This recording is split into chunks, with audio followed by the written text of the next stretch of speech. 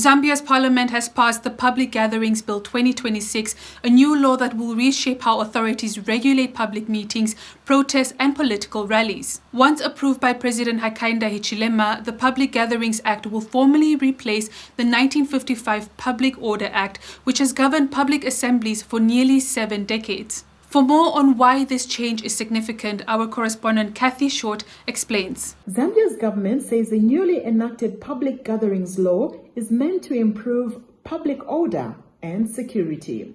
Religious and traditional gatherings are largely exempt from the requirement for police permits, but opposition parties, civil society groups and rights advocates argue the legislation could significantly restrict fundamental freedoms ahead of the country's general elections in August. The law replaces the colonial-era Public Order Act and introduces new rules governing protests, public meetings, and assemblies. Authorities say the changes are necessary to regulate gatherings more effectively, while opponents fear they could give police broader powers to limit dissent and freedom of expression.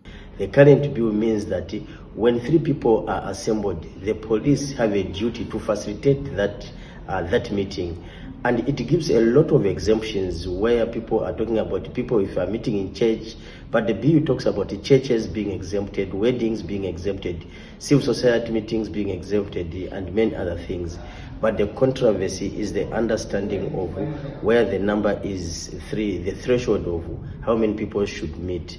So it is very difficult to go with this bill in the next election, and it would be very controversial because people are looking at it in terms of them being allowed to assemble or not being allowed to assemble.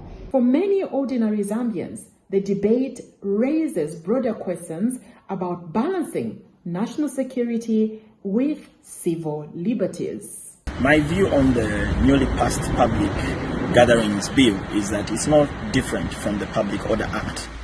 It takes away the power from the citizens to assemble at will and leaves the power at the approval of the police, and as such is not different. Observers say how the law is implemented could shape perceptions of Zambia's democratic space and commitment to fundamental rights in the coming months.